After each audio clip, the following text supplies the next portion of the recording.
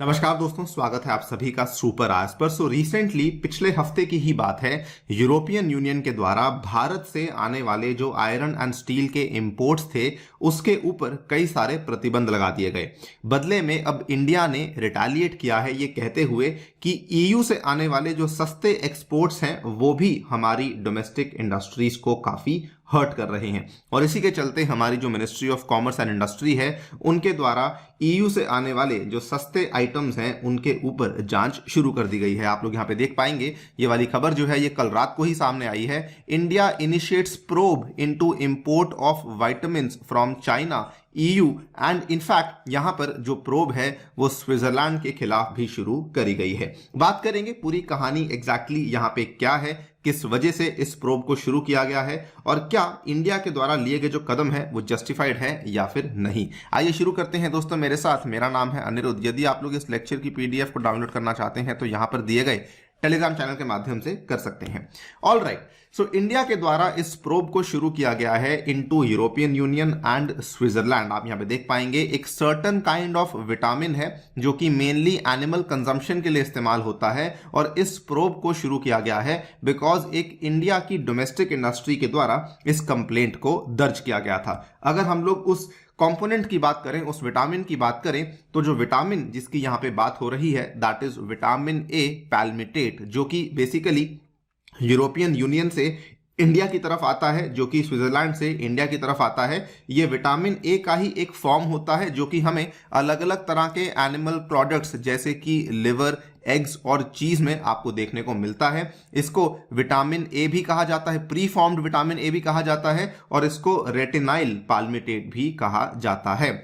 इसी चीज के खिलाफ बेसिकली प्रोब शुरू करी गई है और ये प्रोब इसलिए शुरू करी गई है बिकॉज एक डोमेस्टिक प्लेयर है जिसका नाम है पिरामल फार्मा, जिन्होंने एक याचिका दर्ज करी थी before the DGTR, the directorate general of trade remedies. उन्होंने कहा था कि यहां से आने वाले जो सस्ते आइटम्स हैं उसके चलते जो हमारी जो लोकल कंपनीज, जो डोमेस्टिक कंपनीज हैं, इनको काफी हानि पहुंच रही है। और इसी के चलते डीजीटीआर ने कहा कि क्योंकि जो हमारे सामने एविडेंस पेश किया गया है पिरामिल के द्वारा, उस एविडेंस के बेस पे प्राइमा फेसाई हम लोग ये मानते हैं कि जी हां कुछ ना कुछ तो यहाँ पे प्रॉब्लम है और इसीलिए हम लोग एक इन्वेस्टिगेशन को शुरू कर रहे हैं। डीजीटीआर ने कहा है कि इन्वेस्टिगेशन शुरू होने के बाद जो भी हमारी फाइंडिंग्स होंगी उनको हम लोग नोटिफाई करेंगे और अकॉर्डिंगली जो फाइनल फैसला है वो फाइनेंस मिनिस्ट्री को दिया जाता है। ये एक स्टैंडर्ड प्रोसीजर है जो कि हम लोग हमेशा फॉलो करते हैं कि जो जांच होती है वो मिनिस्ट्री ऑफ कॉमर्स शुरू करती है, उसके बाद नोटिफिकेशन ऑफ फाइंडिंग्स होती है एंड फाइनली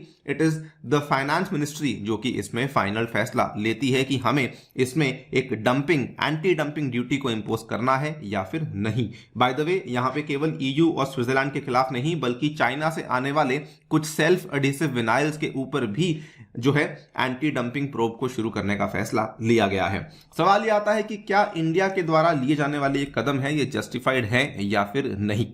देखिए, अगर हम लोग WTO की मानते हैं तो WTO ने अपने कुछ ट्रेड नियमों को सामने रखा है। According to those trade rules basically ये कहा गया है कि अगर कोई भी ऐसी कंट्री जो कि इस तरह के सामान को भेज रही है जो कि उनकी डोमेस्टिक इंडस्ट्रीज को हर्ट करती है, उस केस में आप लोग इस तरह की एंटी डंपिंग प्रोब को शुरू कर सकते हैं। उद्देश्य काफी क्लियर है। जो anti dumping probe, anti dumping duty होती है, इसका मकसद यही है कि हमें फेयर ट्रेडिंग प्रैक्टिसेस यहां पे इंश्योर करनी है। We want to create a level playing field for domestic producers vis a vis the foreign producers and the exporters. और इसीलिए जो इंडिया के द्वारा लिए जाने वाले कदम है वो बिल्कुल फेयर भी हैं। और अगर आप देखें तो सेम चीज, ऑलमोस्ट सिमिलर चीज यूरोपियन यूनियन ने करी थी।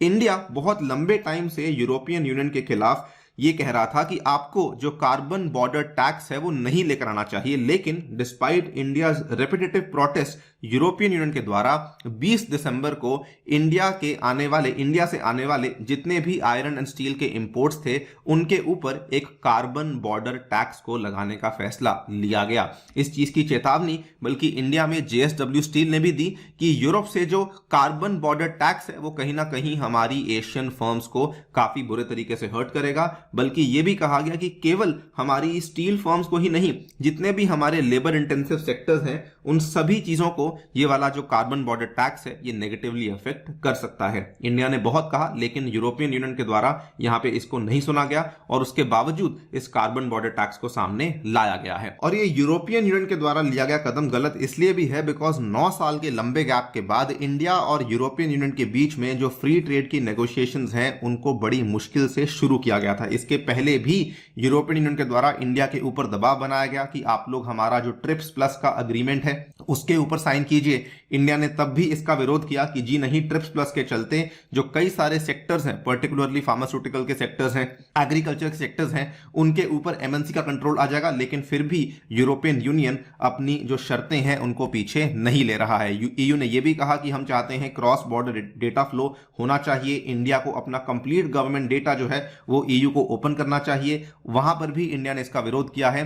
इनफैक्ट इसी बातचीत के बीच में चलते चलाते यूरोपियन यूनियन के द्वारा कई सारे इंडियन गुड्स थे उनके ऊपर जो टैरिफ बेनिफिट्स हैं उनको ड्रॉप भी किया गया था। हमारा जो टेक्सटाइल का सेक्टर है उसके ऊपर पहले 9% का टैरिफ लगता था और अब जो है 12% का टैरिफ हमें देखने को मिल जाता है। तो कहीं ना कहीं यूरोपियन यूनियन के द्वारा इस नेगोशिएशन को सीरियसली नहीं लिया जा रहा है, जिसके चलते वो टाइम टू टाइम बार बार इस तरह के जो नए नए टैरिफ बैरियर्स हैं उनको इंपोज कर रहे हैं। और इसीलिए इंडिया के द्वारा जो ये वाले कदम लिए गए हैं ये उस चीज को जस्टिफाई करते हैं। बाकी आप लोग क्या सोचते हैं, अपनी राय को डेफिनेटली बताइए हमें कमेंट सेक्शन में। जाने से पहले साथियों बताना चाहूंगा कि टेक्स्ट बुक आपके लिए लाया है सुपर कोचिंग, जिसमें कि आपको GS courses, optional courses, CSAT courses, सभी तरह की चीजें अवेलेबल हो रही हैं। साथ ही में आपकी टेस्टिंग, आपके स्टडी नोट्स भी अवेलेबल हो रहे हैं और ये सारी की सारी चीजें मात्र 30,000 रुपए में आपको अवेलेबल करवाई जाएंगी अगर आप लोग मेरा कूपन कोड यूज करते हैं, दैट इज अनिरुद्ध। इसमें आपको कई सारे सुपर टीचर के कोर्सेज जैसे कि श्रीराम आईएएस, लुकमान आईएएस, उसके बाद ओजांग आईएएस, इन सभी के कोर्सेज देखने को मिलेंगे और साथ ही में मेरे द्वारा बनाया हुआ साइंस एंड टेक का कोर्स भी अवेलेबल करवाया जाएगा। Thank you so much for listening, stay tuned and